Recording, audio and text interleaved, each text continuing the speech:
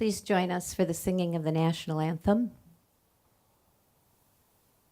Oh, say, can you see by the dawn's early light what so proudly we hailed at the twilight's last gleaming, whose broad stripes and bright stars through the perilous fight o'er the ramparts we watched were so gallantly streaming, and the rockets' red glare, the bombs bursting in air, gave proof through the night that our flag was still there. Oh, say does that star-spangled banner yet wave o'er the land of the free and the home of the brave?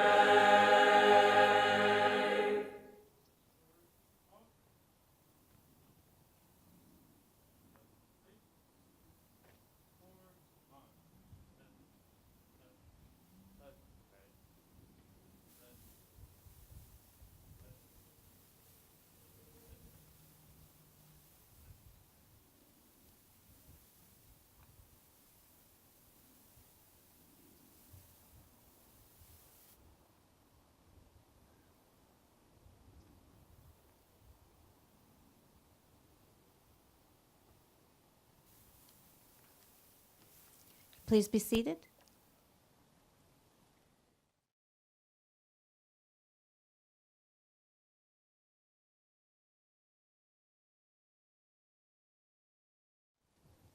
The honor guard that you just saw is from Santa Clara University, and that was a special surprise and treat for one of our speakers, Matt Iwalski, who actually went to Santa Clara University. So, Matt, that was for you.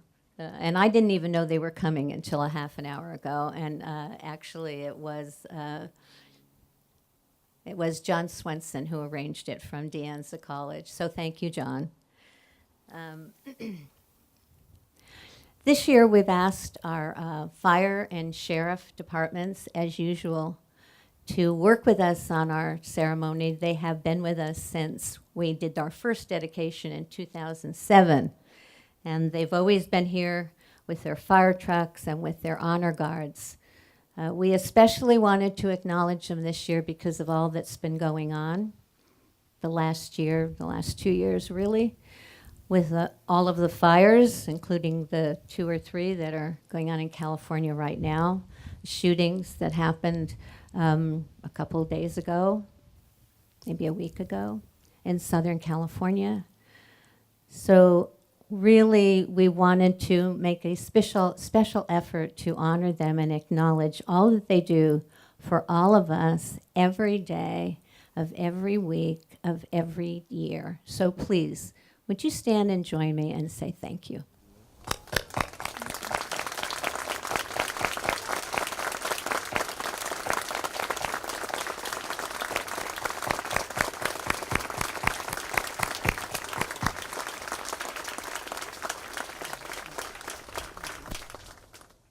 You again.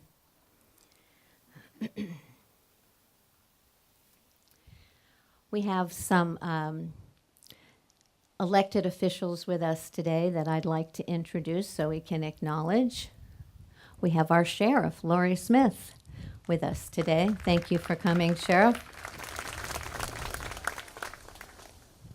We have a representative from Evan Lowe's office, I believe, although I haven't seen him, so maybe he's not quite here yet.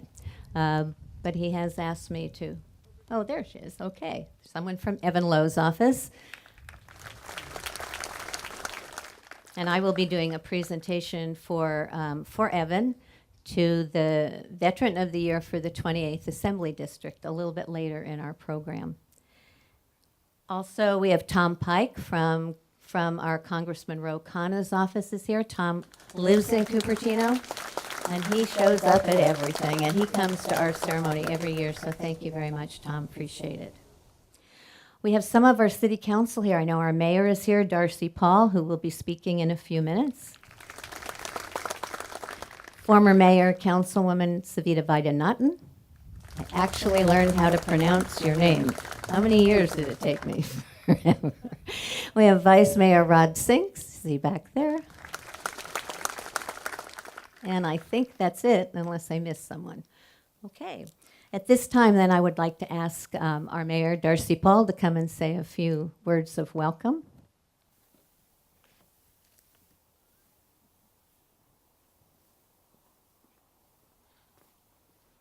Thank you very much, Sandy. On behalf of the city of Cupertino, as our mayor this year, I would like to thank all of our armed services for all of your efforts in defending our liberties and making sure that we have the ability to pursue our freedoms, pursue our happiness, not just here in Cupertino, but in our country. Our armed services have always stood for our ideals, and the American dream is still very much alive. You can see it here in Cupertino, where we're having many thorough and vigorous discussions. We'll keep on having those because, of course, these are parts of our freedoms. So thank you very much for everything that you've done, that you will continue to do, and the city of Cupertino thanks you for your service, your honorable service, and the service that you provide to us so that we can have these types of privileges. Thank you very much.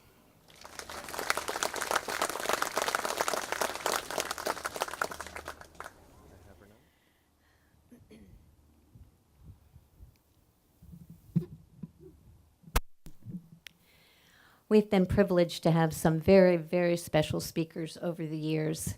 I remember when we dedicated this memorial in 2007. This is our 12th year, by the way. This is our 12th Veterans Day ceremony. When we dedicated it in 2007, the Secretary of the Navy came all the way out from Washington to dedicate it. Today we have an admiral, a 4-star admiral, retired, who's come from Florida just to speak with us today to honor our community and to honor veterans and active duty military. So we're very honored to have Admiral Eric Olson, United States Navy retired. I'm going to tell you a little bit about him. During Admiral Olson's 38 years in uniform, he was engaged in several overseas contingency operations and commanded at every level. His last assignment was commander of the United States Special Operations Command, which is responsible for training, equipping, and deploying all special operations forces from the Army, Navy, Air Force, and Marine Corps. Oh, all right, thank you. He was the first Navy SEAL to rise to 4-star rank, a senior member of the United States National Defense Team. He is credited with developing the specialized forces that have accomplished some of the most notable military operations of the last decade. The raid on Osama bin Laden prominent among them. Admiral Olson is also remembered as an officer who cared deeply about the men and women who served under his command. He initiated and supported many programs to help, particularly those who were seriously injured in training or combat, and also their families and caregivers. The Special Operations Coalition has been described as the gold standard for connecting those in need with those willing to help. He is also proud to have run the Boston Marathon as the guide for a blind service member twice. Admiral Olson left military service in 2011 and now stays busy with board work, teaching, and serving nonprofit organizations. And I've passed right over Captain Vera Montez, who is here to open it with a prayer. So, Admiral Olson, would you just for one moment, let's let him come forth and pray for us. So you'll be protected when you get up here to speak, all right? Joe Vera Montez, I've known Joe Vera Montez. I apologize, Joe. That's what you get for not coming last year. You know, you needed to be punished. You know that. So last year's the first year that he missed it. So Joe and I have known each other since 1990 when he showed up literally at the curb of my house the day that my husband died of a massive coronary, and took my 8-year-old son under his wing, that big wing, and and and talked to him and calmed him down and calmed me down. And we've just been very good friends ever since. So I'm honored to have Captain Vermatez. Please come forward, Joe. Thank you. Sorry about that.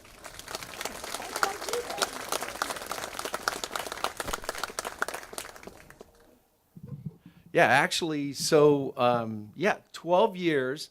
And like Sandy said, I would have been here 12 straight years, but I missed last year. I had some commitments down in LA that I had to go to, and I missed last year, and I was bummed about that. And I saw Sandy at a function probably about a month and a half ago. And Sandy came up to me, you know, like she's this tall, and I'm this tall, and she's like, she's doing this, right? And I'm like, I will be there. I will be there. I got you on this. I'll be there. I'll be there. She's just kind of chewing me out. So we're such good friends. I took the chewing out, and I'm here, and I'm happy to be here. But yeah, no, she's kind of a pit bull. She said, "You will be here." I said, "Yes, ma'am. Yes, ma'am. I will be there." And I started thinking about it, because when I said, "Yes, I'll be there. I'll be there. I got you on this," I started thinking of the term, "I got you." And as I'm thinking about that term, I think of all the people, active, retired, armed services, emergency responders, who put on the uniform. When they put the uniform on, they're saying, "I got you." That's what they're doing. Armed services all over the world, emergency responders, whether they're here or up near Chico or down in LA or running into buildings down in LA where there's shootings, when they put that uniform on, they are saying, "I got you." And I appreciate that. Sandy, I got you on this. So we're going to get through this, and hey, you know what? We have a great day today. We have awesome weather, and we're just going to have a great time honoring those who put the uniform on, the ones who say, "I got you." Let's talk to God. Heavenly Father, Lord God, I thank you so much for this time. I pray, God, that you would be with this ceremony, that you would just allow us to focus on the people that put the uniform on, and they say they got us. And we know that. And Lord God, I believe it. I pray that you would be with this service right now, this ceremony, and that you would just richly bless us. You've given us great weather. We have people that are here. The ones that are here, these are the people that you want here. Lord God, just watch over us, protect us, guide us, and direct us, and especially be with us during the ceremony right now. For I ask this in your holy name. We all said, amen. Thank you, guys.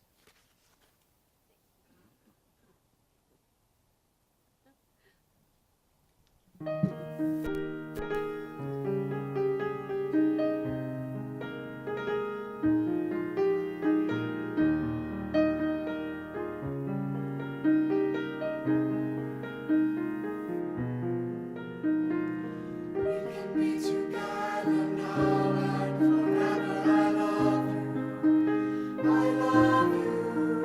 And when I'm praying, I hear him saying, "I love you.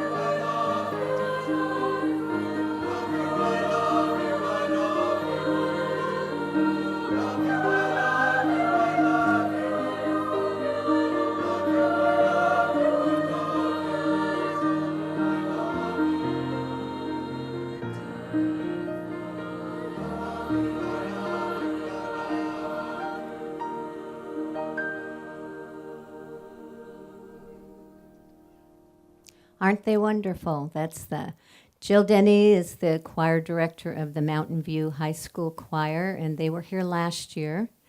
They enjoyed themselves so much, asked to come back this year. And then, of course, they weren't able to be here, but they sent their music, and they're just a wonderful, wonderful choir. Donna and I, early on, when we decided to build this memorial, wanted to make sure that the children of our community were very involved. And so as you walk around and read the pavers, particular Admiral Olson, if you get a chance to do that, you'll see that all 25 of our schools had fundraisers, from ice cream socials to pizza nights to just about everything, to purchase a paver, and left a message for our veterans. And every year we have a school choir come and sing as part of this event. And this year you'll see too, the Boy Scouts and the Girl Scouts are here passing out programs. We try to keep our young people involved. And over the years, what we have found out is that many of them have no idea what our veterans and our first responders really do to keep them safe. They also don't really have a very good idea of the kinds of career options that are available to them. So after our programs, normally Donna and I will both experience some of their young people coming up to talk to us about what they learned and how they were inspired by today. So Admiral Olson, since I've already read a little bit about your background, I want to welcome you again to Cupertino. And as you can see, we are a very loyal community. We gather here every day. The $1 million it took to build this memorial, Donna and I raised from private donors during a time when the military wasn't the most popular subject in this country, and we did not have any problem doing that at all. And every year, people come to listen and to participate in our Veterans Day ceremony. So again, I'd like to welcome you and thank you for coming to share this day with us.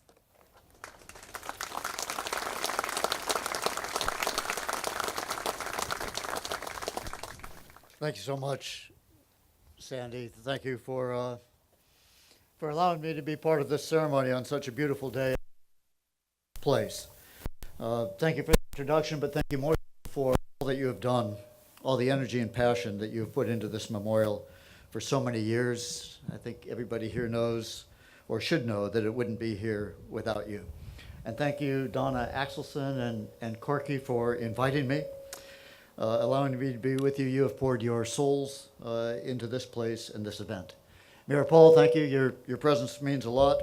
And the honor guards from the Sheriff's Department, the Fire Department, the color guards, the singers, the pipers, all the people on the front bench, and everybody who had something to do, anything to do with putting this together.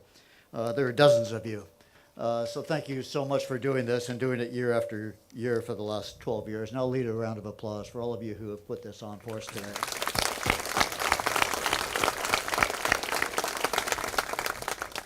This is a meaningful tribute that over the years has become a great and powerful event. I've heard about it often, and I'm very glad to be here this year. Thank you for having me. Forgive me for not being in uniform. I've been out of service now well over 7 years. I've only worn my uniform one time in that 7 years for a special occasion. But had I been to this event in previous years and seen the spirit that is here, I just might have considered wearing it today. This is clearly a patriotic day. It's certainly an important celebration of service and a high tribute to those of you who serve or have served in our military forces, in our law enforcement units, in our fire departments, and as first responders. We set aside this year every day to honor you and all others who have served. And this is an especially notable year for this event because today is the 100th anniversary of the day that became the catalyst for Veterans Day. Major hostilities of the Great War, before they numbered them, were formally ended on the 11th hour of the 11th day of the 11th month of 1918, when the armistice with Germany went into effect. And Armistice Day was celebrated under that name for 36 years and became Veterans Day in 1954. It's a day distinctly different from Memorial Day, a much more solemn day, specifically in honor of those who died in service, but it's impossible to celebrate Veterans Day without a heartfelt remembrance of the death and sacrifice that is too often a part of military duty in time of war. And I know I join many others here today in offering condolences to the families and friends of lost warriors. You have our sympathies and the deep appreciation of a grateful nation. But I believe that for most military members, service does not necessarily equal sacrifice.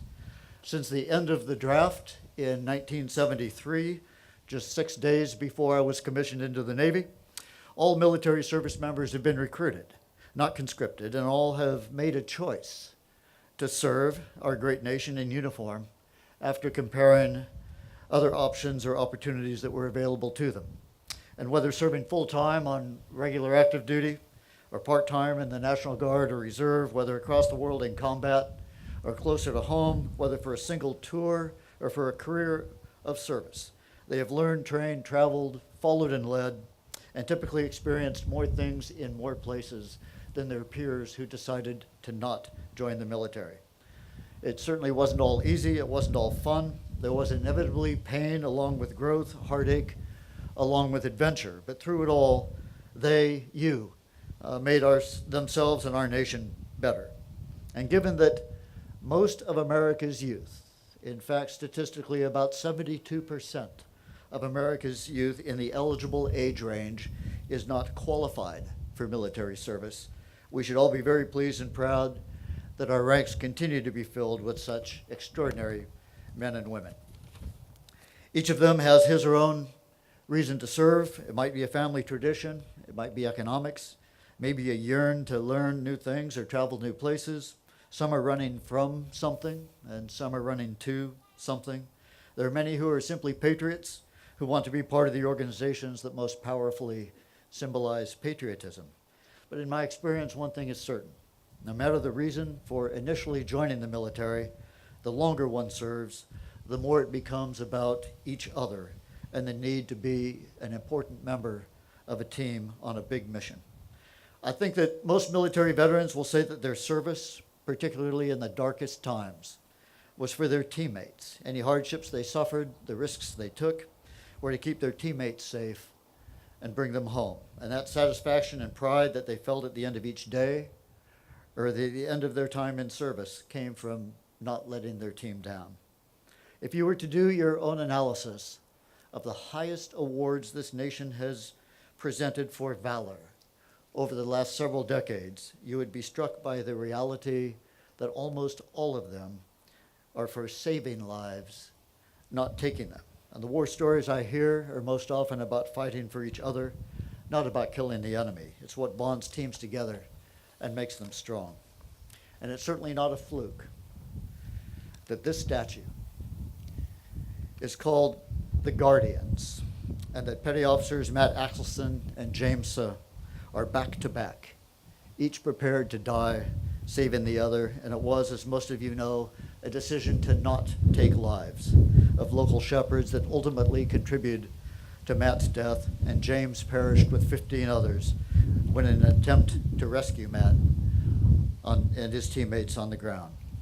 As much as we like talking about flag and country, no one is actually thinking about those in the middle of a fierce fight. We ask a lot of our service members, but in my view, we ask as much or more of their families. It's an old adage in my former world that when you got married, it had to be to someone stronger than you.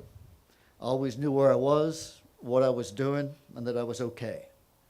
My wife and kids, my mom and dad, had to take it on faith that no news was good news. Whenever we ask something of our service members, we are asking a lot more from their families, and this will continue, and we will continue to ask a lot. World War II was 4 years of intense warfare, a very long time for those who went overseas and stayed until the fight ended. The Korean War was a bloody and frustrating 3 years in length. United States troops fought in the dark and dangerous jungles of Vietnam for about 10 years, by then rotating in and out for a year or so of fighting. Other operations tended to be much shorter, lasting from a few days in Grenada to several months of Desert Storm. There are veterans of World War II here today. And I would ask you to stand, or if you prefer, wave, or if you're already standing, wave. We want to pay special tribute to you.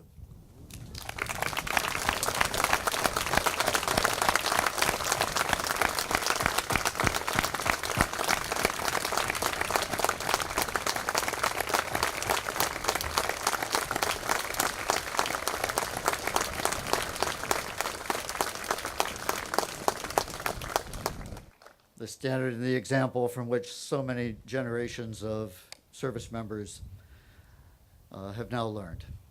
If you're a veteran of the Korean War, please stand or wave.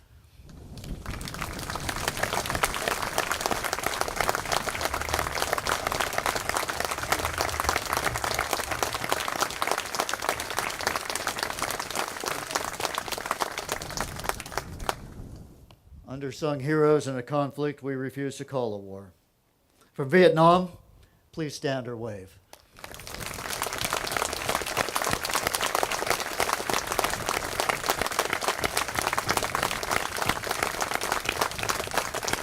And I see some of you are repeat offenders. And from the 40-year Cold War, please stand or wave.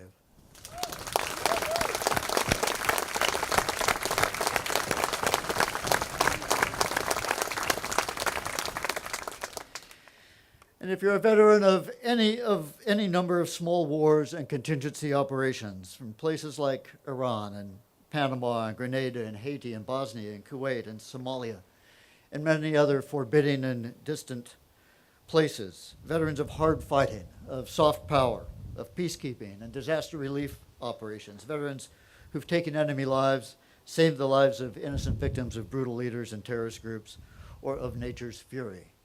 Please stand and or wave.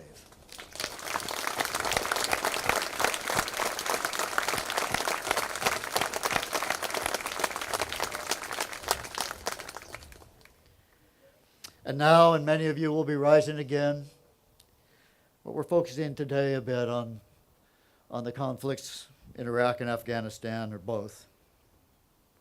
So if you've served in Iraq or Afghanistan, including those who supported those wars, from neighboring countries, from the United States, or from elsewhere in the world, please stand or wave.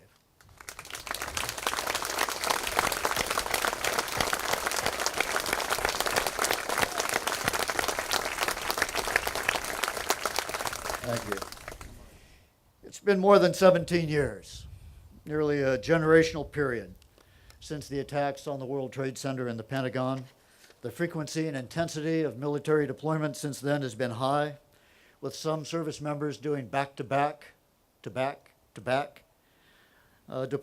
or deployments for extended periods overseas. They've been almost everywhere in the world to work and fight, work and train, but they've been mostly to Iraq and Afghanistan to work and fight, often with coalition partners, and usually under extremely demanding circumstances. Afghanistan, ruled by a brutal and illegitimate Taliban government, was the origin of the attacks by al-Qaeda on our homeland. The American response was swift, but Afghanistan became a combat theater of complexity and confusion. The distances across mountains and over deserts were long and difficult. Usable infrastructure was sparse. We didn't know the tribes or the families. We didn't understand the languages or the cultures. We were strangers in a strange land, not the enemy of the people we went to help, but not accepted as their friends. Much progress has been made in areas that matter in Afghanistan, like the building of an army and other security forces, the improved health of a population, and the number of children, especially young girls, who are in school. But the Taliban still dominates much of the country, and it is at risk of re-becoming a stronghold for terrorist groups and activities. And after 6 months after going to Afghanistan in late 2001, we went to Iraq in the spring of 2003, again with highly capable forces, to fight in a completely different context. Again, Iraq was more of a developed country with opposing denominations of Islam, the Sunni and the Shia, whose violence was held in check by a brutal dictator, Saddam Hussein, who himself used brutal methods to control his population. Again, Americans found themselves as mostly the unwelcomed arbiters of governance and justice. And Iraq is not yet an accepted member of the world order. It remains a base of operations for U.S.-supported operations against the Islamic State in war-ravaged Syria next door. These wars of our millennium are not like any others in our history. Our service members do not have uniformed enemies to fight or even enemy lines. Anyone, anywhere can be a threat. The nastiness of leave-behind devices like buried mines and improvised explosive devices means that one can be killed or injured well after the enemy has departed from an area. And mortars and snipers can put our people at risk even when they're eating or sleeping within their bases. For those who leave the bases to operate in the hinterland, the indigenous population is mysterious, the terrain is unforgiving, the weather is always too hot or too cold, the streets are broken and dusty, and no one outside your own team can be trusted. It's impossible to anticipate who, when, or where the next casualty will be. It's work that's often physically and mentally grueling, and everyone has to find a way to deal with it. Those who are seriously injured, or those who lose friends and teammates to injury and death, are sometimes irrecoverably impacted. It would be very wrong to think that every veteran of these wars is a troubled human, a time bomb waiting to explode. The vast majority of them thrived under the structure, leadership, and camaraderie of their time in uniform. They're more mature, they're more aware, they're appreciative of the education they received and the humor they witnessed, and strengthened by the challenges they overcame. They're proud of the job they did, they got through it in good shape, and they're ready to take on whatever comes next. Most do not want either your sympathy or your charity, but they do want and deserve your quiet appreciation and a fair shot at the same opportunities they would have had if they hadn't served. But it would be equally wrong to believe that physically or emotionally traumatic experiences do not sometimes have permanent effects. We've all seen or read about the effects of traumatic brain injury and post-traumatic stress disorder. There's still a lot to learn about them, but what's for sure is that they are real, and some veterans need help. As I've watched Iraq and now Afghanistan, I see that no one has surrendered and no one has claimed victory. Success or failure will ultimately be measured in gains or losses of territorial control, of economic prosperity, of political stability, of local security, of the quality of life for the citizens, and the opportunities for their children. As we turn our gaze home to those who served, we realize that since 2001, about 2.5 million members of the Army, Navy, Air Force, Coast Guard, and related Reserve and National Guard units have been deployed to Iraq and or Afghanistan, or the neighboring countries that provide seaports, land bases, and airfields. About 400,000 of them have been deployed 3 times or more. About 37,000 have been deployed more than 5 times, and 7,000 did not return. The numbers in Iraq now are relatively few, and the numbers in Afghanistan are way down from just a few years ago, but deployments to tough places, to do hard things under complex and demanding circumstances continue, and we can't expect them to ever end. What we can expect is that future generations of Americans will serve proudly and capably to protect America, and that America will always be proud of those who serve. Again, more inclusively, if you're currently on active duty in the military or a military veteran, please stand and wave. Or wave.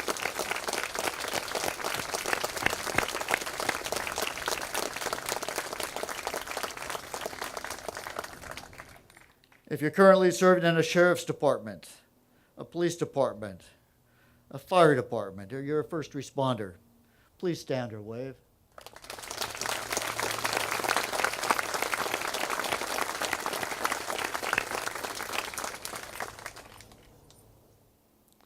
If you're a mom, a dad, a brother, sister, wife, or child of anyone who served, please stand or wave.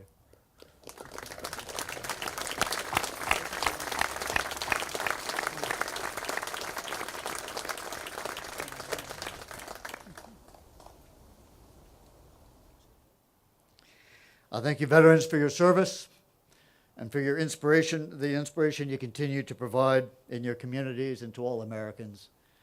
Keep on leading.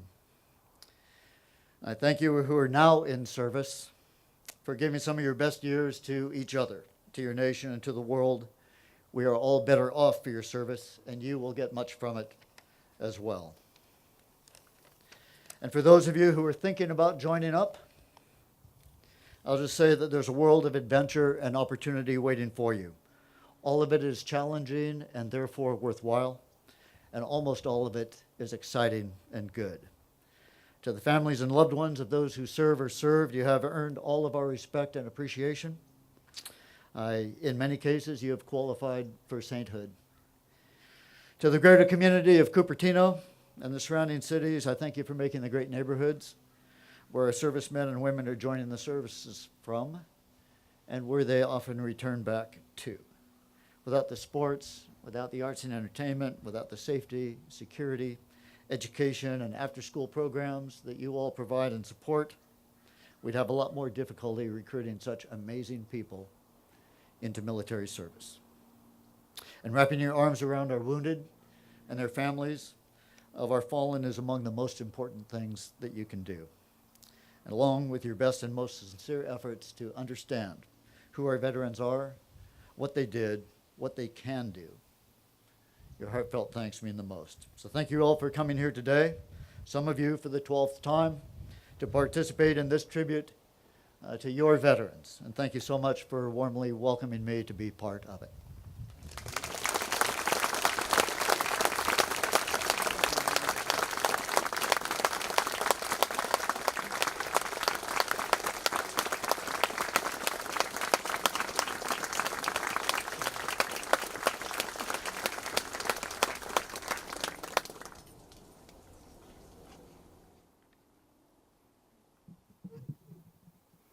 Well, now we know why he's such an amazing leader, don't we?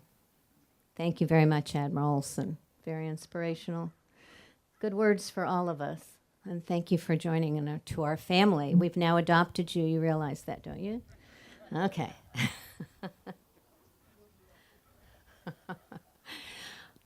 Our second speaker is a hometown boy who grew up to be a hometown man, whom we're very, very, very proud of. United States Air Force Captain Matthew Elowski. He was actually here at our dedication ceremony in 2007. He asked if he could bring his ROTC team. He was at Santa Clara University at the time, but as I understand it, an ROTC program at San Jose State, my alma mater. And so he was here. And we asked him to come back again today. His family still lives in Cupertino. Let me tell you a little bit about Captain Elowski. Captain Matthew Elowski is currently on active duty and stationed at Nellis Air Force Base, Nevada, as a test pilot. Growing up in Cupertino, he attended preschool right here at Quinlan Center, the city preschool. Then he went to Garden Gate, where he was in Donna Axelson's 4th grade classroom. No doubt that explains it all, Matt, right? He went to Kennedy Middle School, and then he was in the program my son actually was in also, a joint program between Monte Vista and De Anza College, where he completed his high school. Captain Elowski commissioned into the Air Force through ROTC Detachment 45 at San Jose State University. He earned a Bachelor's of Science from Santa Clara University in Mechanical Engineering with cum laude honors, a Master's of Science also from Santa Clara University in Engineering Management, and an additional Master's of Science from the Air Force's Air University in Flight Test Engineering. He holds a civilian commercial pilot's license and instrument rating. He is a graduate of the United States Air Force Test Pilot School and has piloted 23 different military aircraft, including the KC-135 and C-17 cargo planes, the Black Hawk and Osprey helicopters, and the F-15, F-16, and F-18 fighter jets. He has flown 3,000 hours of combat time, including over Iraq and Afghanistan, and is a 21-time recipient of the Aerial Achievement Medal. Would you please join me in welcoming Matt Alowski? Captain Matt Alowski.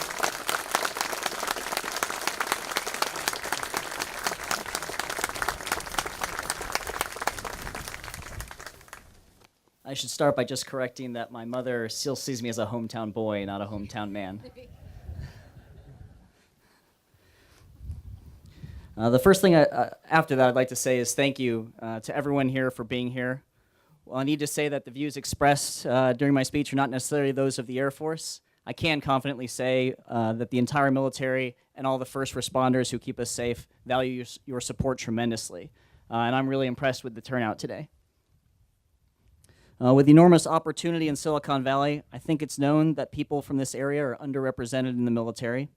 My graduating class at Monte Vista High School had over 500 students, and I believe that fewer than 10 of us joined the armed services. Junior ROTC is a high school program that is often people's first exposure to the military, but there wasn't one at my school or even in the district. For me, with a burgeoning interest in joining the Air Force, I had to seek out individual teachers with a military background. One of them was John Swenson, who's here today. He's a retired Army Lieutenant Colonel, and he was Dean of the De Anza Language Arts Department. Fortunately, he was also a colleague of my mother's, going all the way back to when he used to pick me up by my ears. He shared with me the fundamental information about the pros and cons of making such a life-altering decision, and also helped with the logistics of joining the ROTC program at San Jose State. I'm not sure if I would have been in this career at all without his support. Donna Axelson, who was just mentioned. We'll keep it clapping for Donna, too. She required students to stand in front of the class during assignments called Friday Happenings, which focused on improving public speaking, and so she literally got me to where I stand in front of you today. I can only hope she's not filling out a grade sheet for this speech. Yet up to the end of high school, I believe I would have benefited from having access to more people with a military background to share their experiences and offer advice. I'll say it again, joining the military is a big decision and irreversible. And I wanted to apply to be a pilot, which due to the high cost of training requires a commitment of over 10 years. That's a long time to give up control of things big and small, from where you live to the type of job you do to your haircut. In college, fortunately, the ROTC program, which includes military training throughout each year in summers, has mentorship as a foundation, and I found no shortage of mentors. But that doesn't mean there weren't challenges. Though I was a student at Santa Clara University and only had to commute 4 miles to San Jose State, fellow cadets who were students at UC Santa Cruz had to drive over Highway 17, often during rush hour, for training several days a week. And due to some not-so-friendly heckling by other students, they often brought their uniforms for training in suitcases and changed into them after arriving, and then changed out of them before departing. But for every negative, this area offered more positives. For starters, I must say what a beautiful place this is to fly. Thanks to my parents, who in their relentless efforts to support me are here today. Between my sophomore and junior college years, I earned my pilot's license out of a small airport in San Jose called Reed Hillview. And soon after, I was flying over San Francisco, doing laps around Alcatraz and landing in Half Moon Bay. I also flew my grandmother, who's here, to Napa for lunch. Thanks for paying for that. More importantly, this area offered plenty of exposure to the aerospace field. I took class at Moffett Field with NASA Ames. So, when graduating college, I was well prepared educationally and had all the emotional support I needed to press forth into active duty. That was critical, as less than 3 years from graduation came my very first combat mission. I remember that day because it taught me perhaps the most important lesson I've learned in my career. There I was, having worked so arduously through Air Force pilot training, follow-on training, and mission training, at the controls of a sophisticated military aircraft flying over Afghanistan, answering my nation's call. I keyed the radio to contact the Joint Terminal Attack Controller, more commonly abbreviated as JTAC, since obviously it's hard to say, who was the Air Force member embedded in the Army unit I was tasked to support. But after I keyed the radio, I didn't get a response. I checked the frequency and radioed again, waiting impatiently for instructions on how I could put my finely tuned skills toward making the world a better and safer place. But still no response. After what seemed like an eternity, I received word through my leadership that everything was fine, but simply that JTAC was asleep, and he'd call me when he woke up and needed my support. And from that event, something in my mind clicked.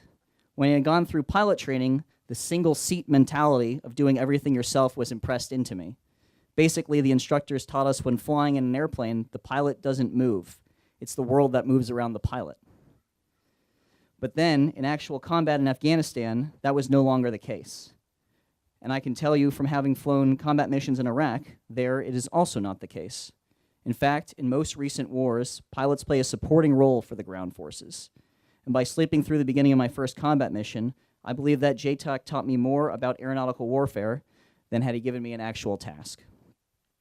But when I did start getting tasks from ground units, something else in my mind clicked. Most check-ins I did with ground units were over the radio. In general, combat situations are complex, involving the positions of the enemy, friendly, objectives, and more. And a full check-in takes time, sometimes as long as 30 minutes. Some aircraft belonging to the US and its allies are so fuel limited that they only have 30 minutes of time available to support a ground unit. It doesn't take too much thinking to recognize the problem there. A solution, however, is not always apparent to everyone. Yet I believe because of my upbringing in Silicon Valley, the idea came naturally to me that technology was the solution. Check-ins are essentially the sharing of information, and the way I think about it, the sharing of information is the essence of the internet, and therefore Silicon Valley. As I became more and more experienced, I saw more and more problems that could be solved, and situations that could be improved by technology, especially software.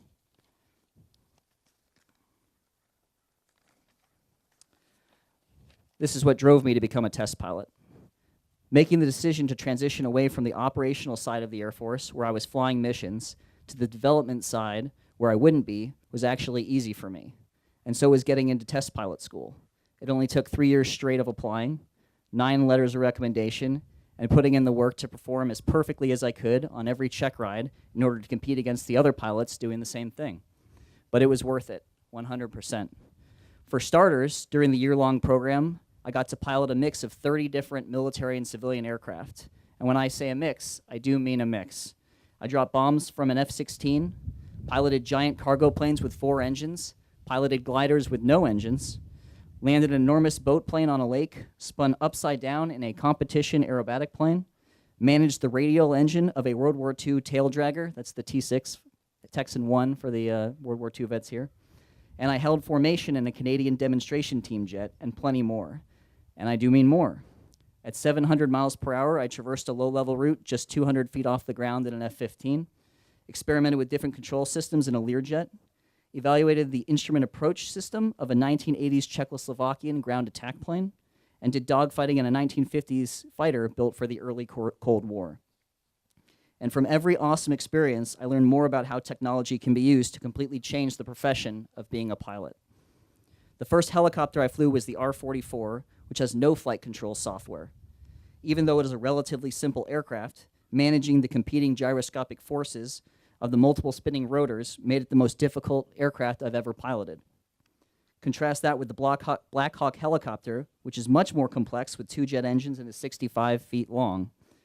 Yet with the automated stability software, I had no problem the first time I flew it, winding along a river below treetops, surprising both myself how easy it was and a couple kayakers who didn't see me coming.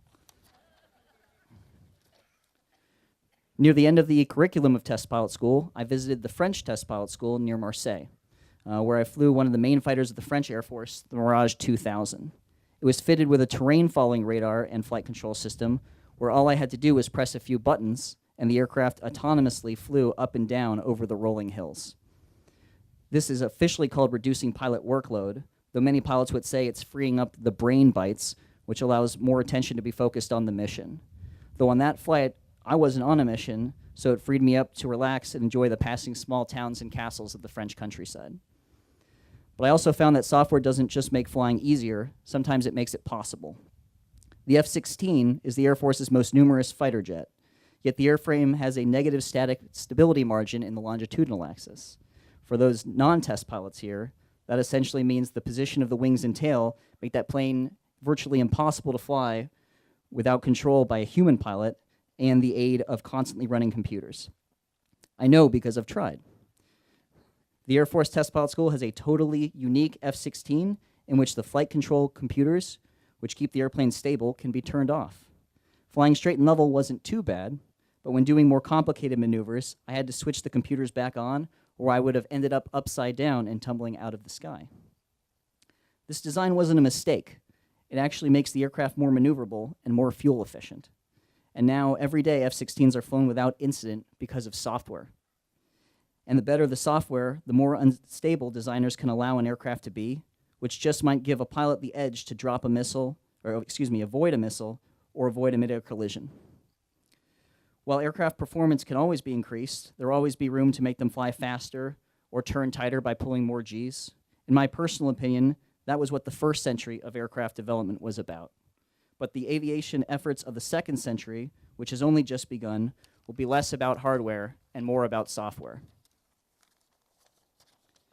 Nowadays, when building any type of new military aircraft, it's virtually inconceivable to do so without software heavily augmenting the flight control system. But more so, the even faster growing aspect of software is information sharing. The previous speaker can correct me if I'm wrong, but in my experience, military leaders at the highest levels have an insatiable appetite for information. Previously, there were limits to getting information quickly from airborne aircraft, but with satellite links and ever-increasing bandwidth, barriers to sharing information are being shattered, allowing leaders to make decisions based on information that is more detailed and more timely. This is why, as a test pilot, the vast majority of my time spent is on software upgrades rather than hardware upgrades. Just last week, I was at China Lake Naval Air Weapons Station in Southern California, piloting 2 test flights, both of which were exclusively for software. They both went well and finished ahead of schedule, which was good because it got us out of the way of the film crew that happened to be there filming Tom Cruise in Top Gun 2.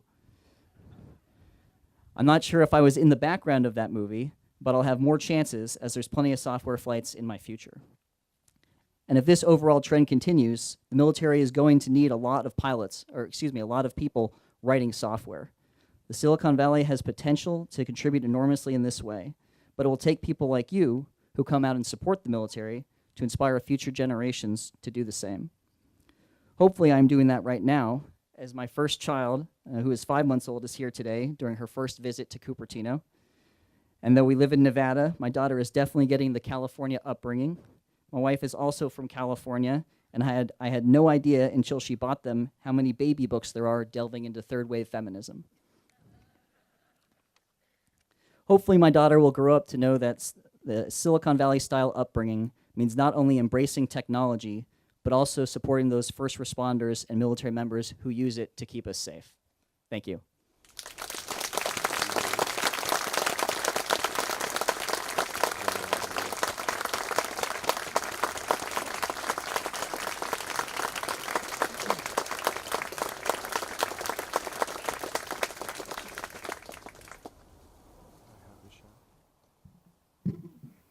So we're not going to ask Donna if she graded you or not, but you might want to do that, just out of curiosity. The best grade I ever got from my speech and debate teacher, Carmen Del Fernandez, who really was the teacher in my was one time when she came to I think it was my second State of the City address. And she used to always grade us when we were speaking, and she'd have this little piece of white paper all scrunched up, and she'd sit you down after your speech and she'd go over all the things you did wrong. So at the end of my State of the City address, she was sitting, somebody was sitting between her and me. She reached over in front of him and handed me her little typical piece of paper, and I opened it up and it was blank. And that was like the best compliment I ever got from her. She said, I wouldn't change a thing. So I bet you Donna's going to say that too, huh, Donna? We're going to move now to what for many is one of their very favorite parts of the program. This is where the Suh family, James Suh is the Navy SEAL looking away from me on our sculpture.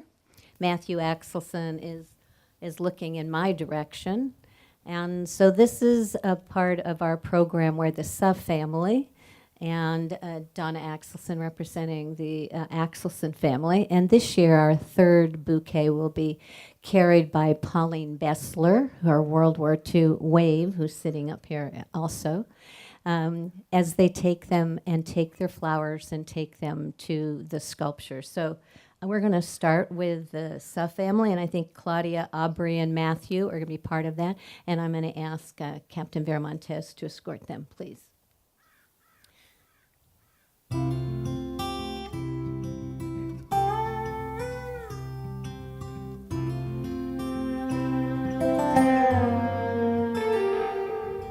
I get where I'm going, on the far side of the sky, the first thing that I'm gonna do is spread my wings and fly. On the land beside the light, run my fingers through his pain,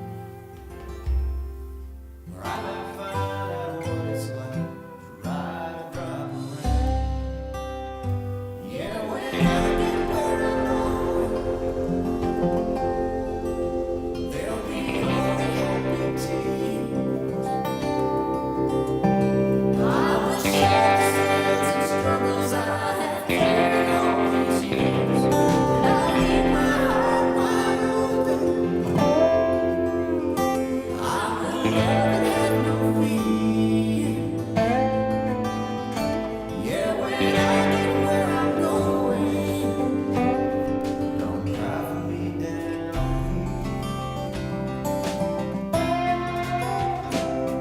Go walk with my granddad, he'll match me step for step. I'll tell him how I missed him every minute since he left. Then I'll love him forever.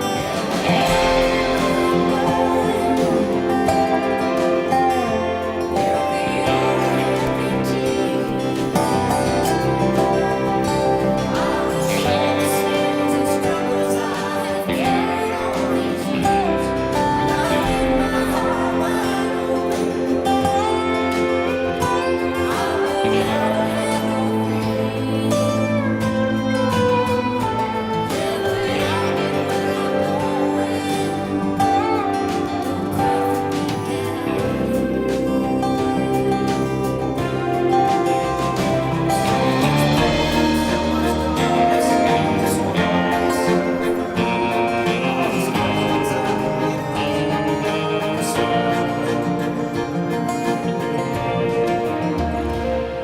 I get where I'm going, don't cry for me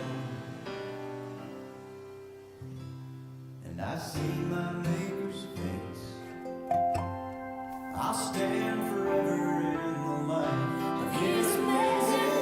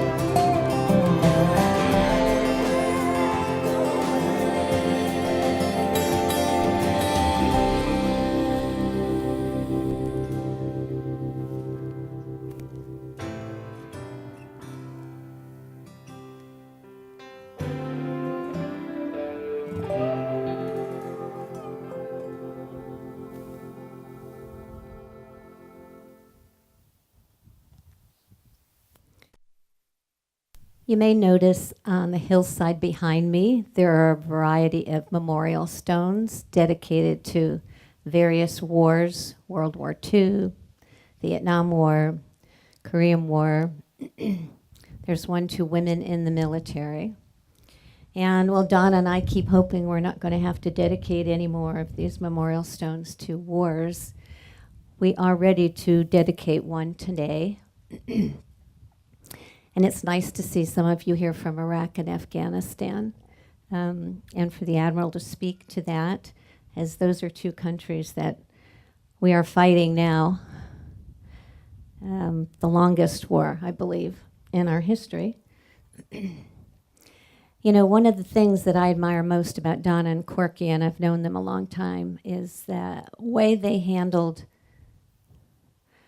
that awful, awful news that nobody ever wants to get when you lose a child. And when they heard that Matthew had lost his life in Afghanistan, they had many choices of what to do with that. And what they did with that is that they worked very hard to build this memorial, to take that terrible hurt and turn it around as a lesson to all of us of how you can make something very special out of something very awful. I respect them greatly for that, and I know this community does too. So I've asked Don and Corky to dedicate this new memorial stone for our community today. So would you both come up?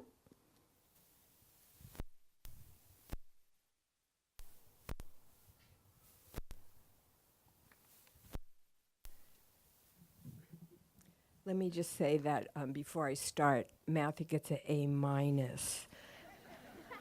And that's because he had notes. Any time that I've heard him speak before, everybody else has notes, but Matthew never had notes. And today, he did. So therefore, the minus. Admiral Olson, too, gets a A-.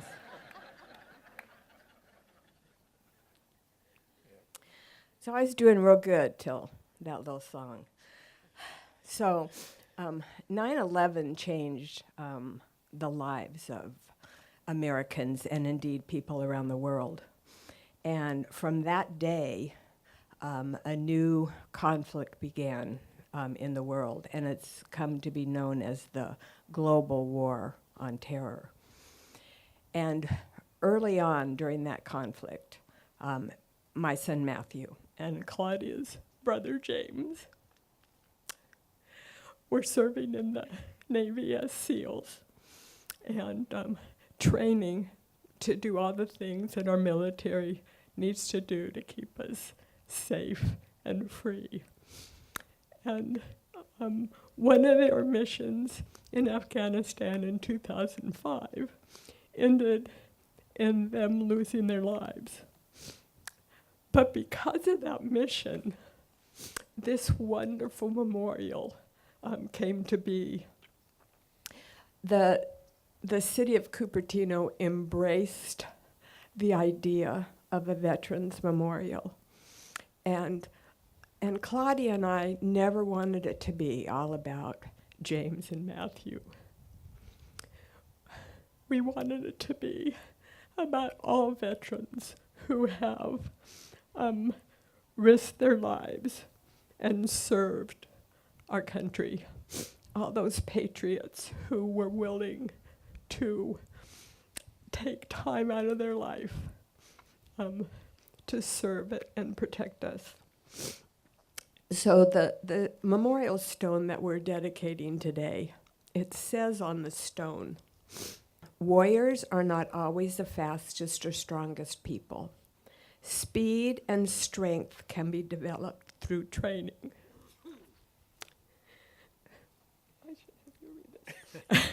"Warriors are those that choose to stand between their enemy and all that they love or hold sacred." So even though this memorial stone has the name Global War on Terror attached to it, that quote applies to all our veterans who are here, and it applies to all those young men and women who have yet to serve our country in the military. If you look at the stone, it might look like it's not finished. And it looks that way because the global war on terror is not finished. we've talked about adding some different things to the stone eventually.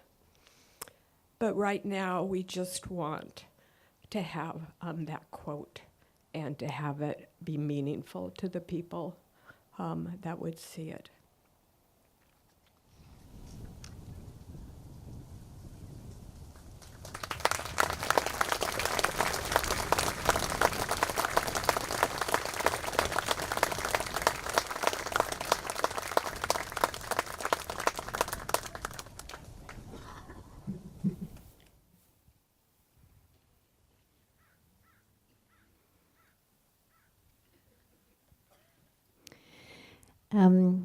Every year, when we take a wreath to the Wall of Honor, which we do every year, I usually ask a different group to escort it. And I'm going to change my mind right now. I'm going to add to who I asked originally.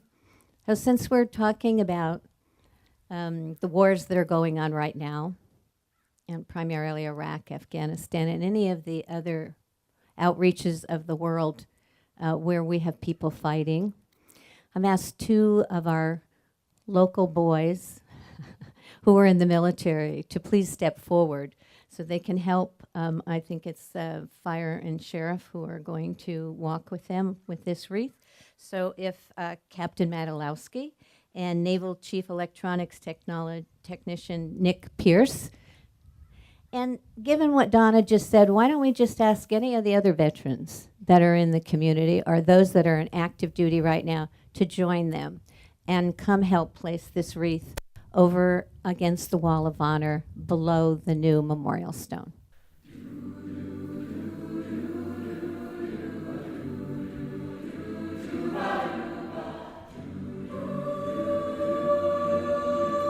Please, come on, active duty and veterans, come on forward and help. About our World War II veterans also. Come on, John Swenson.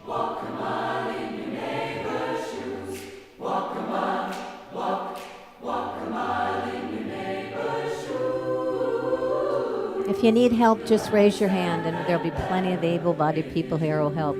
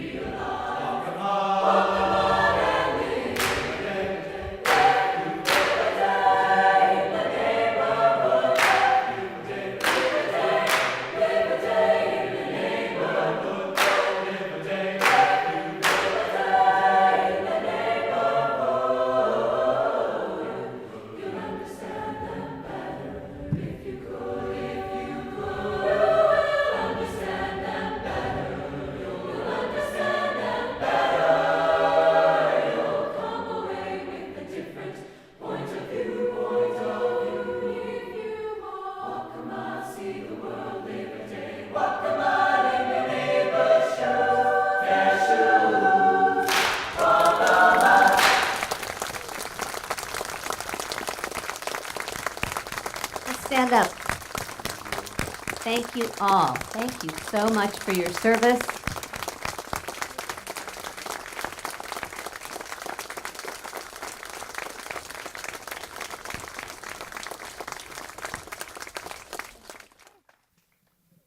Will you be seated again, please? Including our veterans, active duty military.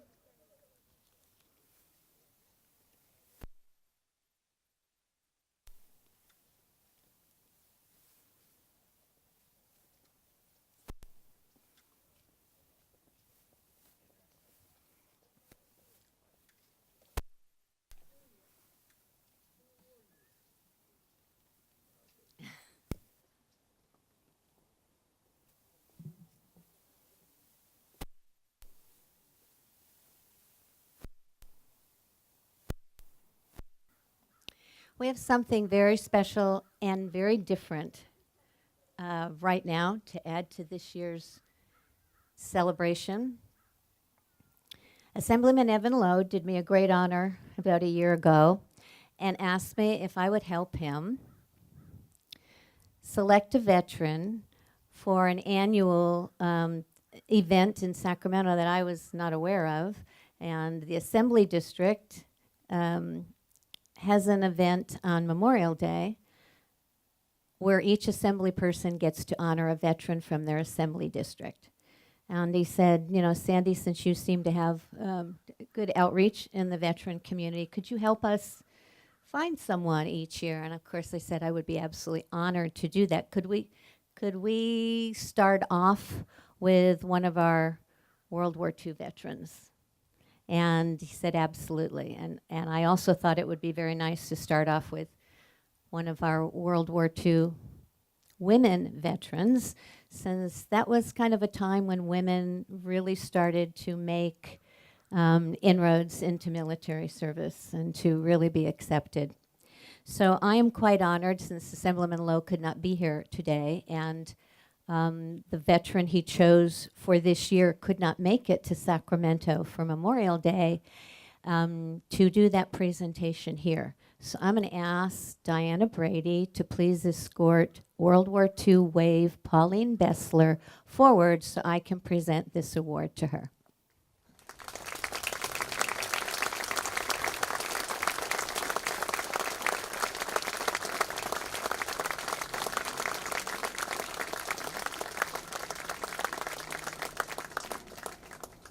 I have to tell you, I cheated. I went over yesterday or day before and shared it with Pauline so that I could read it to her and we could talk about it. And it's very long, so I'm not going to read the whole thing, but I am going to read excerpts from it to share with you. You okay? All right. California Legislature Assembly Resolution. Whereas throughout the course of American history, courageous men and women have taken up arms to secure, defend, and maintain the core principles upon which our nation's freedoms depend.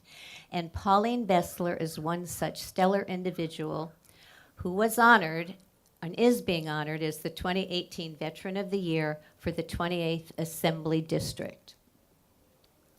Whereas an individual of immense courage, conviction, and patriotism, Pauline Bessler served with honor and distinction with the United States Naval Reserve as a member of the Waves, trailblazing women who provided their skills as administrative personnel, aviation mechanics, photographers, control tower operators, and intelligent personnel during World War II. And whereas while serving with the Waves from December 12, 1943 to July 3, 1947, Pauline Bessler was assigned as a yeoman, in which capacity she performed administrative tasks, and upon her promotion to second-class petty officer, she volunteered to serve as a flight orderly, one of only 32 flight orderlies in the Navy who helped to transport and care for returning wounded veterans and soldiers. And whereas, as one of more than 80,000 women who served in the Navy through the Waves program, Pauline Bessler is proud to be among the trailblazing women veterans who answered their country's call to service and who laid the foundation for future generations of women in the military. Therefore, the people of California solemnly remember the sacrifices of all those who fought as valiantly on the seas, in the air, and on foreign shores to preserve our heritage of freedom, and it's appropriate to applaud Pauline Bessler for the courageous manner in which she served and sacrificed in the safeguarding of our democratic principles for this generation and for generations to come.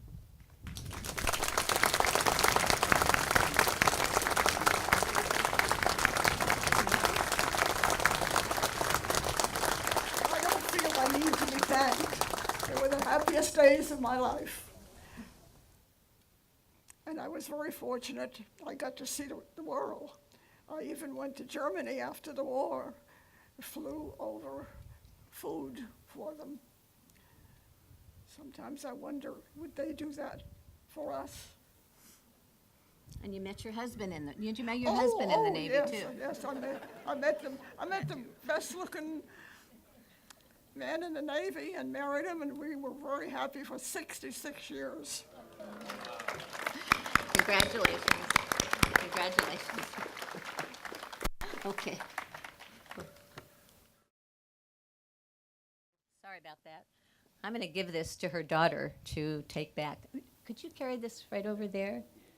She's right in the white hat, right in front. There, thank you. It was an honor to meet Pauline. We've become good friends. I go over, she's at Sunnyview. I go over and visit her every once in a while. She likes to have a glass of wine.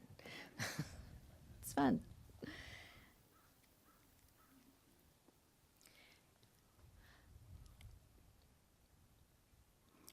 At this time, I'd like to ask Navy Chaplain Diana Brady. It's kind of appropriate that we just gave an award to a World War II wave, kind of started all the action for women in the Navy. And then we have with us every year since the beginning also, Diana Brady, who always does our benediction for us and comes from a Navy family, herself a Navy chaplain. Diana, please.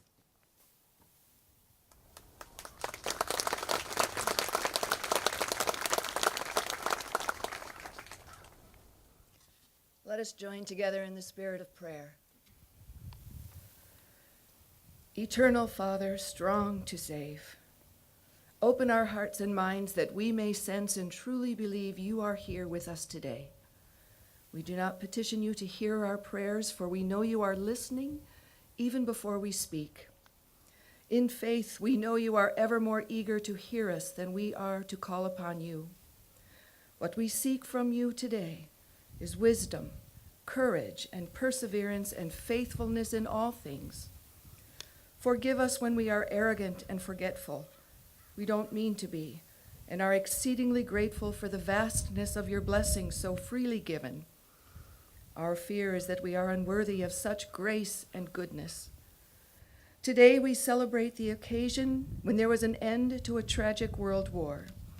It was a truce between warring factions in Europe, including great cost and sacrifices from our own homeland. But it was more than just cessation of hostilities.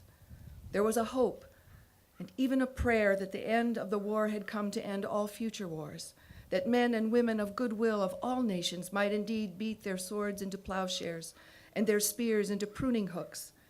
That was the dream at the 11th hour of November 11th, 1918. Today, 100 years later, sadly, we acknowledge we continue to abide in a fevered and fretting world. We hear the echoes and rumors of war reflecting the evil that seems so often temporarily successful. The fulfillment of the dream of peace on earth still eludes us. We know we cannot give up.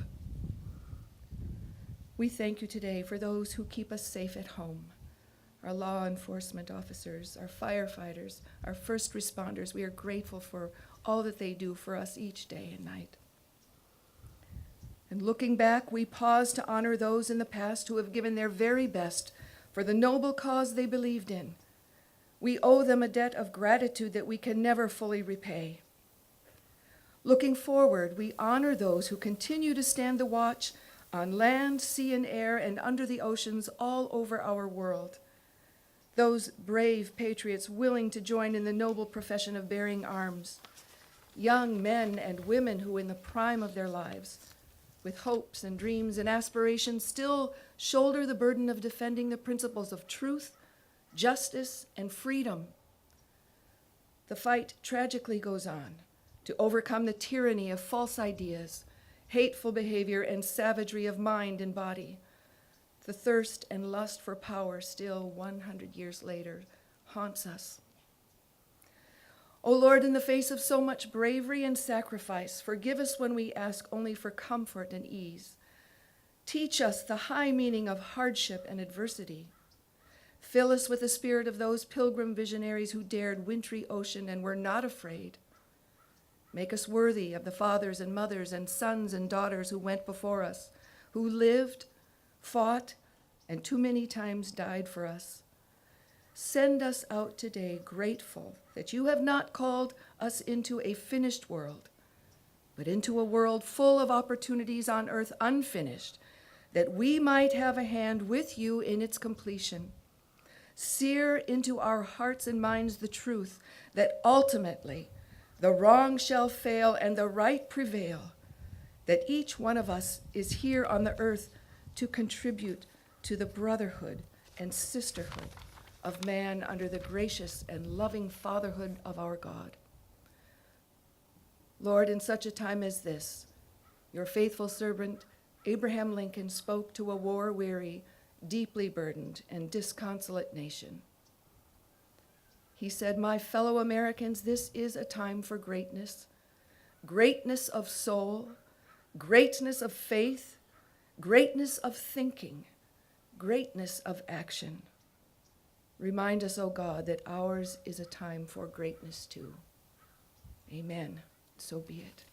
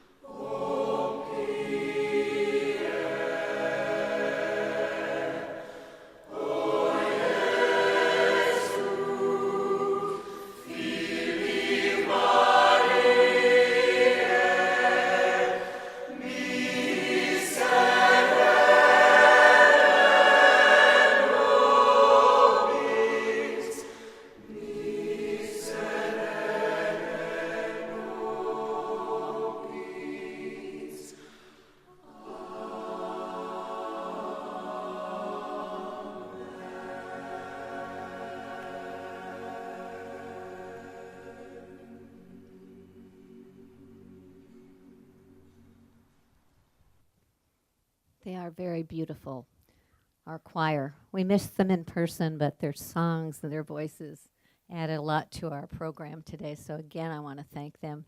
If everyone could stand for God Bless America, and we don't have the choir to sing, so we get to sing, but we have someone who's going to play it for us. And then stay standing, please, for Taps by Kenneth Weir and the retirement of the Honor Guards. Thank you.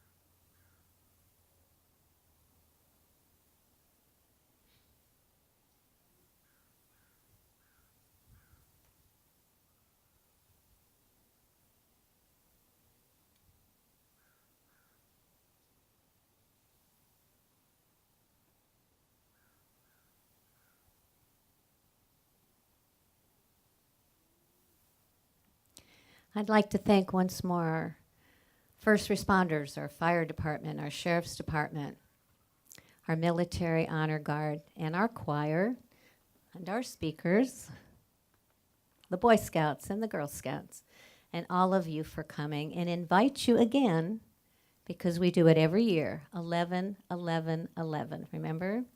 The 11th day of the 11th month, the 11th hour. So please come see us again. And please take some flowers. There's flowers down here, red and white carnations. We'd like you to take those and bring them on up to the memorial wherever you would like. Say your silent thoughts, your silent prayers, whatever it is that you would like to do.